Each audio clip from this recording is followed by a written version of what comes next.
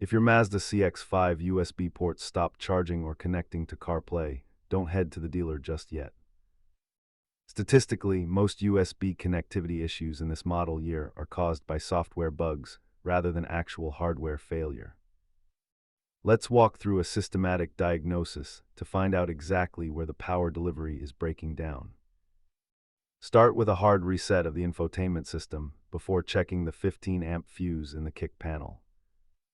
If a reset doesn't work, the issue is likely a failed USB hub or outdated Mazda Connect firmware.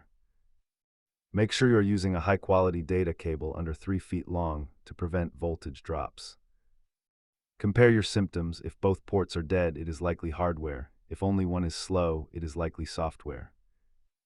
A DIY hub replacement costs around $120, while a dealership might charge over $400.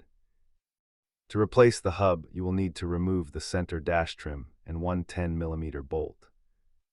Grab a set of plastic trim tools and a 10mm socket before you start the teardown. Internal bulletins recommend updating your firmware to version 70 before you even touch the hardware. If this guide helped you get your phone charging again, hit that subscribe button for more Mazda troubleshooting.